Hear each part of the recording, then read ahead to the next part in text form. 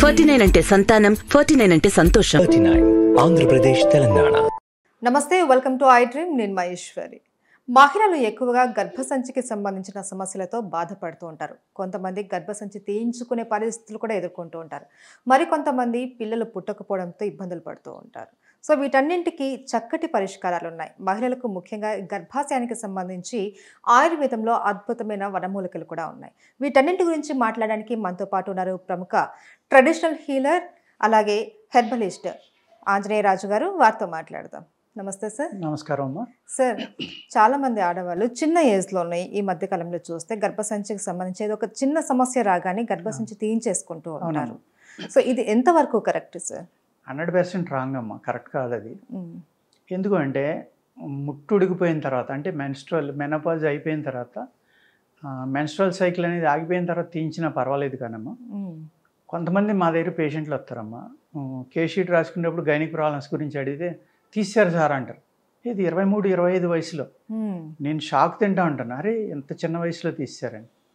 అది చాలా ప్రమాదకరం అమ్మా. ఏ విధంగా అంటే మన బాడీ సిస్టమ్ ఎలా ఉంటుందంటేనమ్మా, ప్రతి ఆర్గాన్కి కూడా మన బాడీ కొన్ని ఫ్లూయిడ్స్, ఆ ఆర్గానికి కావాల్సిన మెటీరియల్ని, ఏదైతే అది విటమిన్స్ అనుకుంటారో, మినరల్స్ అనుకుంటారో, ధాతువులు అనుకుంటారో, ఫ్లూయిడ్స్ అనుకుంటారు, అవన్నీ కూడా తయారు చేసి ఆర్గాన్ని ఆరోగ్యంగా ఉంచడం కోసం అక్కడికి పంపుతూ ఉంటాయమ్మా.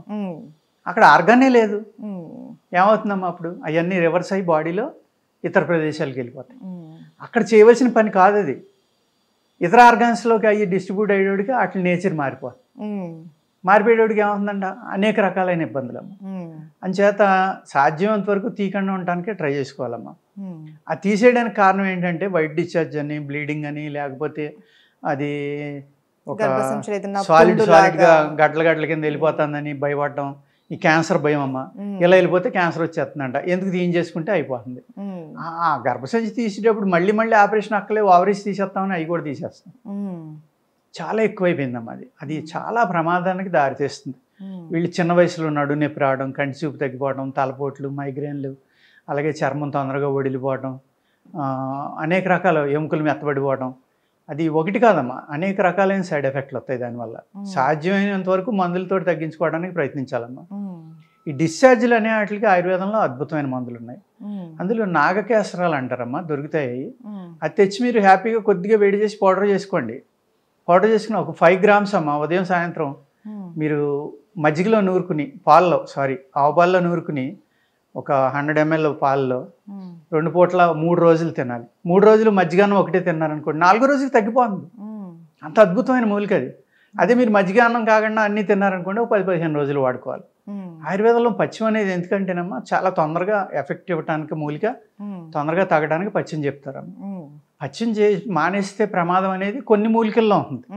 అంతే తప్ప పచ్చిని చేయను నేను తినేస్తానంటే తినేయండి. అప్పుడు ఏమవుతుంది, మీకు తగ్గే జబ్బు నెలలో తగ్గింది 4 నెలలకు తగ్గుతుంది, తగ్గకుండా ఉండదు, కొద్దిగా లేట్గా తగ్గుతుంది. అది ఎందుకంటే దాంట్లో ఉన్న ఈ అయితే విరుద్ధాహారం ఉందో అవి తినొద్దని చెప్తాం. అవి తినడం వల్ల ఏమవుతుంది, ఆ మూలికలో ఉన్న ప్రభావం తగ్గుతుంది. తగ్గడం వల్ల లేటుగా తగ్గుతుందమ్మా, అంతకు మించి ప్రమాదం ఏమీ కాదు.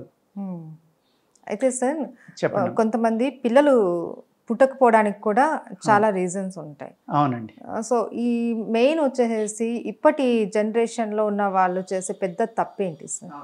సేమ్ ఆ పిల్లలు పుట్టకపోవడానికి కారణం కూడా ఈ డిశ్చార్జీలు ఎక్కువ మెయిన్ కారణం అమ్మా. ఎందుకంటే ఈ డిశ్చార్జీలు ఏమవుతుందంటే వాళ్ళ గర్భాశయంలో ఉన్న బ్యాక్టీరియా వల్ల అవనండి, ఫంగస్ వల్ల అవనండి, ఇన్ఫెక్షన్ వల్ల అవనండి, దానివల్ల అవుతాయంట. ఎప్పుడైతే ఈ ఇన్ఫెక్షన్ ఉందో మీకు ఈ ఎగ్ రిలీజ్ అవుతుంది కదమ్మా, 12th to 16th డే మధ్యన పెయిన్ కింద వచ్చి ఎగ్ రిలీజ్ అవుతుంది. ఆ టైంలో ఏమవుతుందంటే ఆ ఎగ్ని బ్యాక్టీరియా పాడు చేస్తుందమ్మా. పాడు చేసినప్పుడు ఏమవుతుందంటే గర్భం తొందరగా రాకపోవడానికి కారణం అవుతుంది. అదేవిధంగా మన ఆహారం సరిగ్గా లేకపోవడం వల్ల, ఈ సరైన ఆహారం తినకపోవడం వల్ల, యవ్వనంలో ఉన్నప్పుడు పెళ్లి మానేసి లేట్గా మ్యారేజ్ చేసుకోవడం వల్ల, పీసీఓడీలు, అనేక రకాల వల్ల ఈ గర్భం దాల్చకపోవడం అనేది చాలా కేసులు చాలా ఎక్కువైపోయినాయి. అదేవిధంగా ఈ మెన్స్ట్రువల్ అనేది పూర్వం 13, 14, 15 ఏళ్ళు, 16, 17 ఏళ్ళు దాకా వచ్చేదాకా మెన్సెస్ అనేది స్టార్ట్ అయ్యేది కదమ్మా, మెచ్యూరిటీ అనేది వచ్చేది కదా. ఇప్పుడు 10 కాదు 8 సంవత్సరాలు. నా దగ్గరికి అమెరికా నుంచి కానీ, ఇంగ్లాండ్ నుంచి కానీ, ఇతర దేశాల నుంచి ఎంతోమంది తల్లులు ఫోన్ చేస్తూ ఉంటారు. ఏమండి మా అమ్మాయికి ఇలా స్టార్ట్ అయిపోయింది, ఏం చేయాలో అర్థం అవ్వట్లేదు మాకు, వాళ్ళకి ఏమీ తెలియదు పాపం చిన్నపిల్లలు, వాళ్ళకి అర్థం అవ్వట్లేదు భయపడిపోతున్నారని ఫోన్ చేస్తారు. అమ్మ ఒకసారి స్టార్ట్ అయింది కాబట్టి ఆపకూడదు, వాళ్ళని కూర్చోబెట్టి ఎక్స్ప్లెయిన్ చేయండి, వాళ్ళకి అర్థమవుతుంది. ఎందుకంటే ఆర్గాన్ మెచ్యూర్ అయింది కాబట్టి ఇది జరుగుతుంది. ఆటోమేటిక్గా వాళ్ళ బ్రెయిన్ కూడా కొంత ఎదుగుదల అవుతుంది. మీరు అంత భయపడవద్దు. ఆ వచ్చేదాన్ని నేచర్ని మళ్ళీ మనం ఆపకూడదమ్మా, ఆపడం వల్ల అనేక రకాల సైడ్ ఎఫెక్ట్లు వస్తాయి ఫ్యూచర్లో అని చెప్తూ ఉంటానమ్మా నేను. అది ఎందుకు జరుగుతుందంటే ఈ బ్రాయిలర్ చికెన్ లాంటిది, లేకపోతే గ్రోత్ ప్రమోటర్స్ ఉన్న కూరగాయలు తినటం, రైస్ తినటం, ఈ హైబ్రిడ్స్ వచ్చాక దానివల్ల వాళ్ళ ఏజ్ కూడా తొందరగా పెరిగిపోతుంది. మిల్కే ఉందమ్మా, పాలు ఉన్నాయి, 2 లీటర్లు ఇచ్చి ఉంది, దానికి ఎక్కువ మిల్క్ ఇవ్వడం కోసం అనేక రకాల కెమికల్స్ పెడుతున్నారు. అంటే ఏమవుతుంది, 2 లీటర్లతో 4 లీటర్లు ఇస్తాను. అప్పుడు ఏమవుతుందండి, ఆ ప్రక్రియ అనేది స్పీడ్ అవుతుంది. 2 రోజులు జరగవలసిన పని 1 రోజులో జరుగుతుంది. మీ వయసు కూడా అంతే, 10 రోజులకి 10 సంవత్సరాల తర్వాత వచ్చేది 5 సంవత్సరాలకి వచ్చారు. అదేవిధంగా బాడీ కూడా పెరిగిపోతుంది. అందుకేంటంటే ఇవన్నీ చూసుకోవాలి. చూసుకుంటా ఈ గర్భాశయం నొప్పి ఉందమ్మా చాలామందికి, మెన్స్ట్రువల్ టైంలో పడిపోయి దొలుతూ ఉంటారు పిల్లలు చాలామంది. ఆ పెయిన్ వల్ల కూడా కొంత ఈ గర్భం దాల్చకపోవడం అనేది జరుగుతూ ఉంటుంది. ఆ పెయిన్ తగ్గించుకోవడానికి కూడా చాలా సింపుల్ మెడిసిన్స్ ఉంటాయి మా ఆయుర్వేదంలో. అవి వాడుకుంటే ఆ పెయిన్ తగ్గిపోతుంది. పెయిన్ తగ్గిపోయిందంటే వాళ్ళకి గర్భం నిలవడానికి ఈజీగా ఉంటుంది. అదేవిధంగా ఇప్పుడు హాస్టల్లో పిల్లలు ఉంటున్నారమ్మా, వాళ్ళకి ఒక 60 మందిని ఒకే రూమ్లో పెడుతున్నారు, ఒక బాత్రూము. వీళ్ళు మోషన్కి వెళ్దామంటే ఇంకొకళ్ళు ఉంటారు రూమ్లో, యూరిన్కి వెళ్దామంటే ఇంకొకళ్ళు ఉంటారు. ఈ మెన్స్ట్రువల్ టైంలో ఏదైనా అక్కడ క్లీన్ చేసుకుందామని వెళ్దామంటే ఎవరో ఒకళ్ళు అడ్డు ఉంటారు. దాని మీద ఒక పక్కన చదువు ఒత్తిడి, ఒక పక్కన పేరెంట్స్ నువ్వు సరిగ్గా చదువుతున్నావు లేదా, నీకు క్లాస్ వస్తుందా లేదా, దాంతో వాళ్ళకి జీవితం మీద విరక్తి పుట్టేసమ్మా వాళ్ళు నెగిటివ్గా ఆలోచిస్తారు. ఇది రాకుండా ఉంటే బాగుండు, రాకుండా ఉంటే బాగుండు, రాకుండా ఉంటే బాగుండు, ఆగిపోతుందమ్మా ఆటోమేటిక్గా. ఎందుకంటే మన మనస్సే మన బాడీని నియంత్రిస్తుంది. ఎప్పుడైతే మీరు సైకలాజికల్గా అంత హార్డ్గా ప్రయత్నించారో ఆటోమేటిక్గా మెన్స్ట్రువల్ సైకిల్ ఆగిపోతాను. చాలామంది వస్తూ ఉంటారు, ఇలా ఆగిపోయింది తక్కువ వస్తుందంటే హాస్టల్లో ఉన్నామని అడుగుతాను. ఫస్ట్ క్వశ్చన్ 99% అదే ఆన్సర్ వస్తుంది, అవునండి. వాళ్ళకి కావాల్సిన సౌకర్యం లేకపోవడం వల్ల కూడా ఇలాంటి ఇబ్బందులు వస్తాయి. మరి మెన్స్ట్రువల్ సైకిల్ ఆగిపోతే పిల్లలు ఎలా పుడతారు? చాలా ప్రాబ్లమ్స్. అలాగే ఎంప్లాయీస్ ఉన్నారు, వాళ్ళు ఏంటంటే ఆ 3 రోజులు సెలవు ఇవ్వరు, లేకపోతే ఆ 3 రోజులు అలాగే ఇబ్బంది పడతా పెయిన్ తోటో ఇంకోటో వాళ్ళు వెళ్తారు. వాళ్ళకి కూడా దాని మీద విరక్తి పెంచేసుకుంటారు, దాన్ని యాక్సెప్ట్ చేయలేరు. ఇది నేచర్, ఇది భగవంతుడు మనకి ఇచ్చిన ప్రకృతిలో ఇది ఒక భాగం స్త్రీ శరీరంలో. దీన్ని యాక్సెప్ట్ చేద్దాం, దీన్ని ఎలాగలాగ చేసుకుందాం, లేకపోతే నెలకు ఒక రోజు సెలవు పెడదాం అని అనుకోరు, దాన్ని హేట్ చేస్తూ ఉంటారు, దాన్ని విరక్తిగా చూస్తూ ఉంటారు. కాబట్టి అనేక రకాల ప్రాబ్లమ్స్ వస్తాయి. ఇవన్నీ కూడా గర్భం దాల్చకపోవడానికి కారణం అవుతాయి. అదేవిధంగా అటువంటివి జరగాలి అంటే గర్భం దాల్చిన వాళ్ళకి కూడా డిశ్చార్జీలతో సహా నేను ఇందాక చెప్పింది ఉంది కదమ్మా, అది గర్భం దాల్చడానికి ఒక అద్భుతమైన మూలికమ్మ అది నాకేశ్వరాలు అనేది. అదేవిధంగా ఈ డిశ్చార్జీలు తగ్గాలంటే ఎస్టిమధుకు అని ఉందమ్మా ఆయుర్వేదంలో, అతి మధురం అంటారు.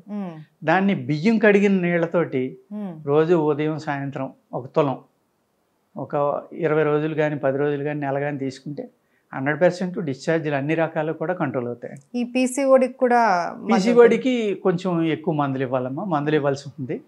అది ఒక మాస్ పెరిగింది కాబట్టి అక్కడ మాస్ కరగటానికి, ఆ పెరగడానికి కారణమైన నరాలను ఓపెన్ చేయటం, అదేవిధంగా ఆ మాస్ కరగడానికి మనం కొన్ని మెడిసిన్స్ ఉంటాయమ్మా, అవి ఇస్తే పీసీఓడి అనేది కరిగిపోతే అప్పుడు సంతానం కలగటానికి కూడా అవకాశం ఉందమ్మా. అయితే మీరు ఆహారంలో చాక్లెట్స్ అని, బర్గర్స్ అని, లేకపోతే ఇప్పుడు అదేదో అంటారు సబ్వేనో ఏదో అంటారు, అది పచ్చి తింటారంట అక్కడ. నేను ఒక రోజుని ఏదో పని మీద వెళ్తే ఆ రోజు ఫుడ్ లేదు ఎక్కడనంటే సబ్వేలోకి తీసుకెళ్ళాడు మా అబ్బాయి.